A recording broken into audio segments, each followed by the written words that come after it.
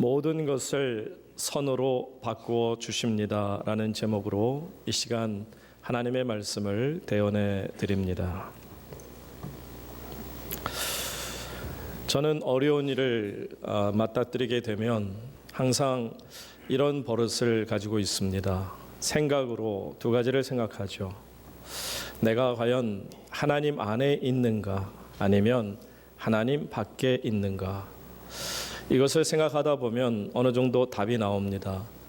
내가 하나님 밖에 있을 때에는 어떤 어려운 문제든지 해결할 능력이 제게는 없고 자꾸 힘이 빠지고 심지어는 기도조차도 집중이 되지 않는 그런 경험을 할 때가 있습니다. 그러나 반면에 제가 하나님 안에 있다라는 생각을 갖게 되면 동시에 분명히 환경은 힘들고 모든 면에서 정말 어려운 상황임에도 불구하고 마음속으로 그런 생각이 듭니다. 괜찮아. 하나님이 함께 하시고 하나님께서는 이 고난을 통해 하나님의 영광을 반드시 나타낼 것이야. 이런 생각과 이런 믿음을 갖다 보면 어느 순간에 그 고난을 딛고 일어서는 것을 제 자신이 경험하곤 합니다. 그러니까 우리 앞에서 정말 모든 것들은 그것이 어려운 일이든 좋은 일이든 상관없이 항상 우리를 하나님 앞에 딛고 일어설 수 있는 디딤돌이 될 수 있다라는 것인데, 한 아버지가 초등학교 이제 1학년 들어간 어린 아들을 데리고 예배 시간에 가서 예배를 드리면서 목사님의 설교 말씀을 듣습니다. 그날따라 유난히 목사님의 설교가 어려웠던 것 같습니다.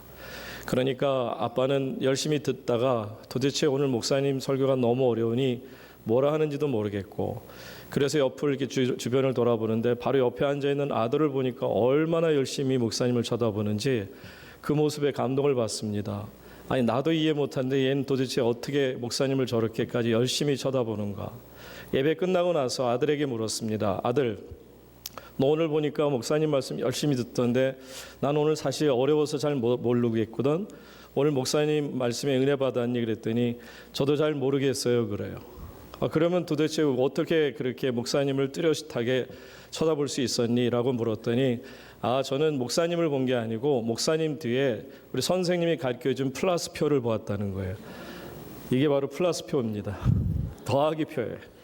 십자가가 더하기 표라는 것을 계속 보면서 어린 초등학교 1학년 아이가 모든 것을 더하면 되겠구나 라는 생각을 보았다는 거죠. 사랑하는 성도 여러분, 하나님의 말씀이 잘 안 들려지시더라도요, 성전에 나와서 십자가를 볼 때는 모든 것을 더해 주시는 하나님을 믿으시기 바랍니다. 분명히 주님 말씀하셨어요. 너희는 먼저 그의 나라와 그의 의를 구하라. 그리하면 이 모든 것을 어떻게 해요? 더해 주시리라. 플러스 해주시겠다는 주의 약속의 말씀을 어린아이같이 아멘으로 응답할 수 있기를 축원합니다. 이런 믿음을 갖게 되면요, 우리는 이 땅이 비록 힘들고 어렵지만 나름대로 여유를 가지고 살아갈 수 있게 됩니다. 참 어려운 일을 직면한 경우에 보게 되면 많은 사람들이 정말 큰일 났다 발을 동동 구르며 호들갑을 떨 때가 있음을 봅니다. 어쩔 수 없죠. 누구라도 어려움에 직면하면 자신도 모르게 그 자리에서 껑충껑충 뛸 만큼 그 마음이 답답함을 표현할 수 있을 것입니다. 베드로 사도가 그랬습니다. 베드로 사도는 굉장히 성급한 사람이고 호들갑을 떨기를 좋아하는 사람인 것을 우리가 잘 압니다. 그런데요, 그가 정말 달라집니다. 기가 막힌 성도의 여유를 우리에게 가르쳐 주죠. 그가 정작 감옥에 갇혔을 때 여러분 어떤 일이 벌어진 줄 아시죠? 말하자면은 이제 예수님의 친동생인 야고보 사도가 며칠 전에 이제 잡혀서 죽었습니다. 순교를 당했습니다. 그리고 나니까 이번 차례는 베드로 차례입니다. 그러니까 베드로가 감옥에 갇혔다는 것은 내일이라도 바로 사형에 집행될 수 있습니다. 곧 죽음을 눈앞에 둔 사형수로서 감옥에 갇혀 있는 형편이죠. 그런데 보세요. 그렇게 호들갑스러웠던 베드로가 어떻게 하고 있습니까? 잠을 자고 있는데 그 잠이 그냥 선잠이 아니라 얼마나 깊이 잠들었는지 흔들어도 깨우지 못하니까 천사가 어떻게 해요? 그의 옆구리를 발로 차서 깨우는 것을 봅니다. 이 정도의 여유가 바로 베드로 사도의 여유였습니다. 그렇게 호들갑스러웠던 사람이 하나님의 은혜를 받고 성령의 도우심 속에서 이런 정말 여유가 있는 모습을 우리에게 보여주고 있는 것이죠. 바로 이 여유라는 것은 그겁니다. 비록 내 현실 앞에 닥쳐 있는 아픔이 있고 외로움이 있고 심지어는 내일 내가 죽을 수도 있는 그런 사형에 대한 두려운 사건이 분명히 내 앞에 놓일지라도 나는 아무 걱정 없다는 거예요. 하나님이 나와 함께 하시면 이 모든 것을 더해 주실 것이다. 여러분, 진주라는 것을 사람들이 참 좋아합니다. 또 큰 거는 좋은 고가의 가치가 있는 것들 보면 참 이쁘죠. 그 진주를 우리는 영어로 pearl이라고 하는데, 이 pearl이라는 영어도 있지만 다른 이름으로는 frozen tears라고 말합니다. 이 frozen tears라고 하는 이름이 참 멋진 것 같아요. 얼어붙은 눈물.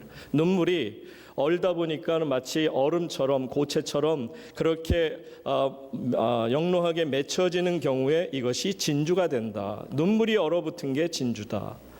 여러분, 여기에는 이유가 당연히 있겠죠. 얼어붙은 눈물이라고 부르는 이유는 바로 여러분 아시는 그 아비큘레데라는 조개가 있습니다.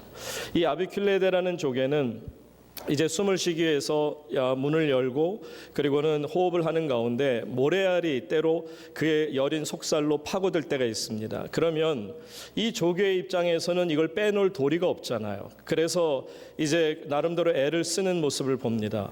그런데 이것이 이제 점점 애를 쓰면 쓸수록 몸에 더 깊이 박히니까 너무너무 쓰리고 아픈 것을 느끼게 될 겁니다. 자, 두 가지로 조개는 행동을 취할 수 있을 겁니다. 첫째는 가만히 있는 거죠. 움직이면 움직일수록 아프게 하고 힘드니까 가능한 대로 모든 것을 정지한 상태에서 다 체념하고 그냥 가만히 있는 겁니다. 먹는 것도 멈추고 활동도 멈추고 그냥 계속해서 가만히 있으면 적어도 이 모래알이 내 이 상처를 더 헤집지는 않겠다라는 거죠. 그런데 여기에 문제가 있습니다.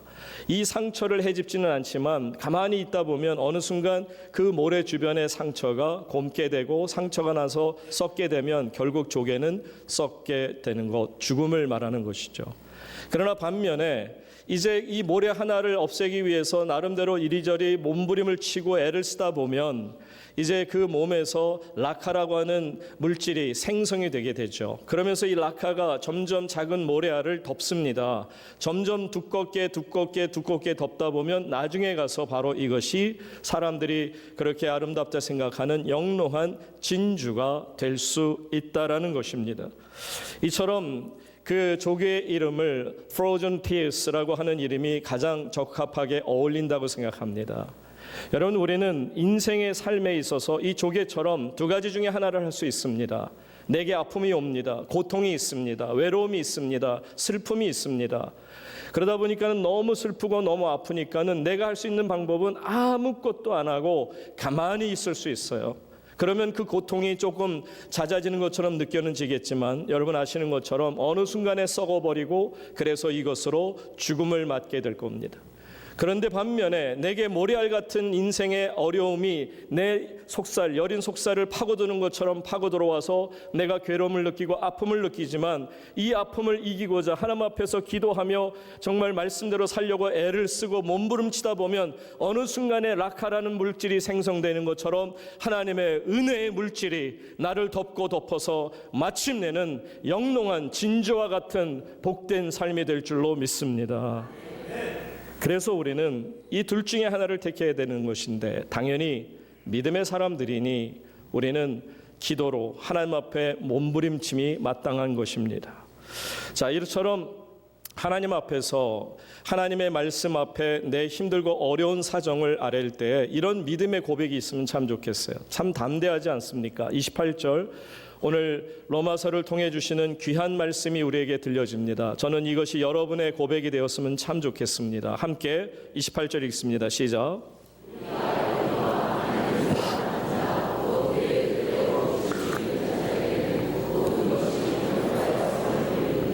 모든 것이 합력하여 선을 이룬다. 모든 것을 더하여 하나님께서는 이 모든 것 위에 더해 주시겠다는 약속이죠. 그런데 이것을 이렇게 표현합니다. 처음 부분에 보면 우리가 알거니와 우리가 안다. 이것을 헬라어 말은 오이다멘이라고 되어 있습니다. 말 그대로 우리가 아는 거예요. 정확하게 아는 겁니다. 근데 여러분, 우리가 어떻게 정확하게 알 수 있는 줄 아세요? 우리가 얼마나 정말 눈이 어둡고 귀가 얇은 사람들입니까? 그런데 어떻게 우리가 하나님의 거룩한 뜻을 알 수 있느냐 말입니다. 우리가 안다라는 것은 분명한 사실인데 우리가 그리스도인이기 때문에 알 수 있어요. 그리스도인이기 때문에 알 수 있다는 게 뭐죠? 그리스도께서 아시는 것을 우리가 그리스도의 사람이 되었으니 그리스도께서 아심을 우리가 아는 것 당연한 거 아니겠습니까? 우리에게 알려주시는 성령님이 계시니 아는 것 당연한 거 아니겠냔 말이에요. 우리는 분명히 압니다. 무엇을 아느냐 하면 모든 것이 하나님께서 선으로 바꾸어 주심을 분명히 믿고 압니다. 참 대단한 사람들이에요. 여기서 우리라 하는 것은 여러분 아무나를 얘기하는 게 아니에요.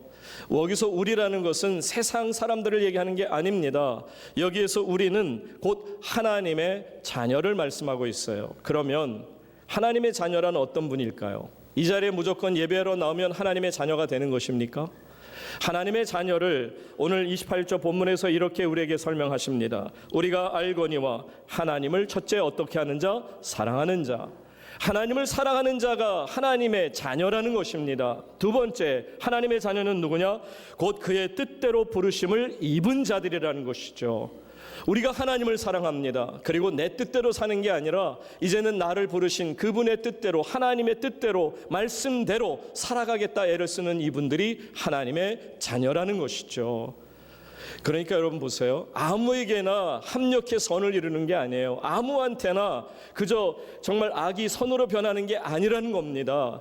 정말 모든 것을 선으로 바꾸어 주실 때에는 누구에게 바꿔주느냐? 바로 하나님을 사랑하고 하나님의 뜻대로 살아가는 하나님의 자녀들에게 이 일이 이루어진다는 사실입니다. 이 말이 여러분 얼마나 무서운 말인지 한번 뒤집어 볼까요? 여러분들이 만약에 28절 말씀을 다시 한번 보시면 여기에다가 한번 이렇게 대조를 해보시기 바랍니다. 대입을 해보시면 우리가 알거니와 하나님을 사랑하지 않는 자. 자, 하나님을 사랑하지 않는 자. 그 다음에 그의 뜻대로가 아닌 내 뜻대로 살아가는 사람. 이 사람에게는 모든 것이 합력하여 뭐를 이룬다? 악을 이룬다라고 말할 수 있어요. 이해가 되십니까? 우리가 하나님을 사랑하고 하나님의 뜻대로 부르심을 받고 그분의 뜻대로 살아가려고 애를 쓰다 보니 모든 것이 합력하여 선을 이루는 것이지, 여러분 만약에 내가 하나님을 사랑하지 않습니다. 입으로만 사랑한다고 말합니다. 교회를 다닌다고 말합니다. 그러면서 진심으로 내 마음에서 하나님을 사랑함이 없습니다. 이런 사람이 아무리 노력한다고 한들 선을 이룰 수 있겠습니까? 모든 것이 합하여 악을 이루고 말 겁니다. 선한 일도 변하여서 바꾸어서 악이 될 것입니다. 내 뜻대로 내 생각만을 주장하니 어찌 하나님께서 그에게 선을 이루어 주실 수 있겠느냐 하는 것이죠. 그러니 여러분, 우리는 하나님을 사랑하는 자요, 하나님의 뜻대로 부르심을 받아 하나님의 뜻대로 살려고 애를 쓰는 자들이다 보니 이제 우리가 누가 되었어요? 하나님의 자녀가 되었단 말이죠. 자, 하나님의 자녀가 된 우리에게는 이제 모든 것을 하나님이 바꾸어서 선으로 이루어 주신다. 이 말은 모든 것 속에는 정말 모든 악도 다 포함되는 것을 말하죠. 그래서 저는 세 가지 정도로 이렇게 설명을 드리길 원합니다. 모든 것을 선으로 바꿔주신다는 게 어떤 걸까? 첫째, 여러분들이 보시게 되면 이 하나님 앞에서 우리가 그 선한 모든 것을 선으로 바꿔주신다고 했을 때 우리가 믿는 것은 그겁니다. 모든 것이 하나님께 속해 있다는 거예요. 모든 것들이 하나님의 손에 있다라는 겁니다. 내가 원하는 것이든 원하지 않는 것이든, 내가 싫어하는 것이든 좋아하는 것이든, 내게 슬픔이 되었든 기쁨이 되었든, 내게 악한 일이든 나쁜 일이든 상관없이 모든 것이 하나님의 손에 있다라는 거예요. 여러분, 이것이 우리의 신앙이 되어야 될 것입니다. 여러분, 지난주 말씀 기억나세요?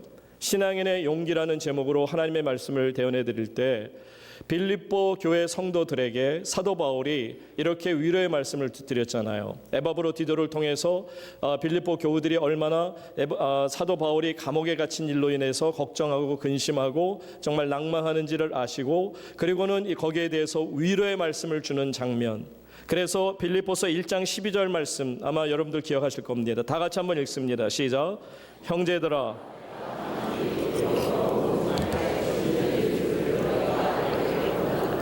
바울이 분명히 말했어요.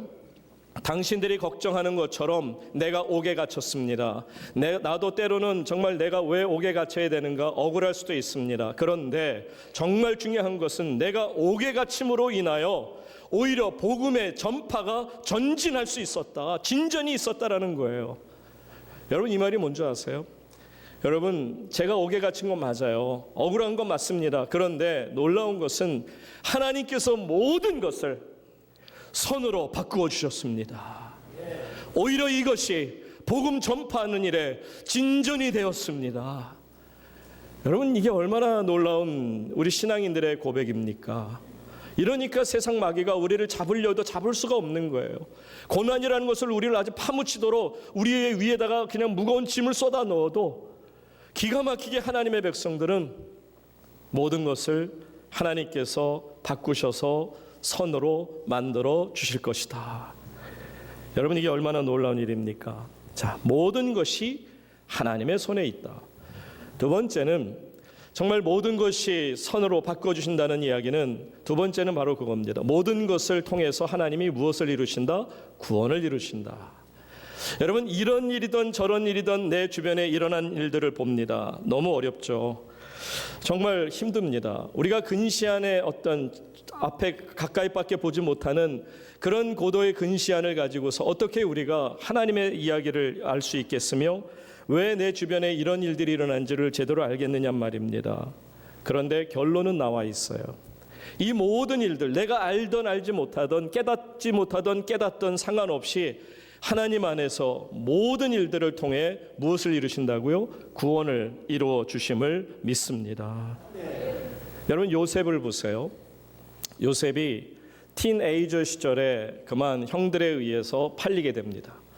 여러분, 티네이저라고 하는 것은 10대의 나이인데 그때는 정말 질풍노도의 시기 아닙니까? 모든 것이 다 내 세상 같고 정말 기쁨으로 달려가도 정말 부족하다는 느낄 만큼 아주 모든 것들이 충만한 그 시절입니다.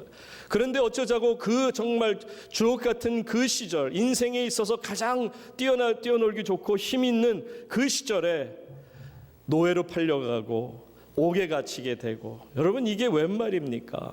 웬만한 사람 같으면 아주 이를 부득부득 갈았을 거예요. 힘들고 어려울 때마다 이 형들을 만나면 내가 죽일 것이다 라고 생각해도 과언이 아니었을 겁니다. 그런데 보세요. 요셉이요, 형들을 만났을 때 뭐라고 형들을 위로하는지 두려워 떠는 형들에게 이렇게 말합니다. 창세기 45장 5절 말씀 다 같이 읽습니다. 시작. 당신들이 나를 이곳에 팔았다고 해서 한탄하지 마소서. 하나님이 생명을 구원하시려고. 지금 요셉은 그렇게 고백하는 겁니다. 형님들, 물론 형님들이 저를 해하려고 한 거 아세요. 해하려고 그랬고 악을 행했던 거 압니다. 시작은 악이었습니다. 그런데 하나님이 선으로 바꾸어 주셨어요. 하나님이 이 모든 것을 선으로 바꾸어 주셨습니다. 당신들은 나를 해하려고 했지만 하나님께서 나를 통해 당신도 살리고 온 나라 민족을 살리도록 허락해 주신 것입니다. 여러분, 이게 얼마나 놀라운 믿음일까요? 욥도 마찬가지예요. 주신 자도 하나님이시요 취하시는 자도 하나님이시니 다 뺏겼어요. 다 잃어버렸어요. 너무너무 억울해요. 이해가 안 가요. 그런데도 여러분, 이 요셉의 마음뿐만 아니라 이 정말 하나님 앞에서 욥의 마음도 똑같아요. 하나님이 나를 통해서 구원을 이루어 주실 거다. 사랑하는 여러분, 선으로 갚아주신다는 말씀은 곧 마침내 우리로 하여금 구원에 이르게 하는 줄로 믿으시기 바랍니다.